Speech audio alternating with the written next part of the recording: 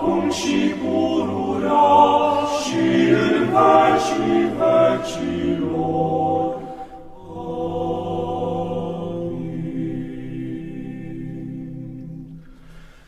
Binecuvintează, suflete al meu, pe Domnul, și toate cele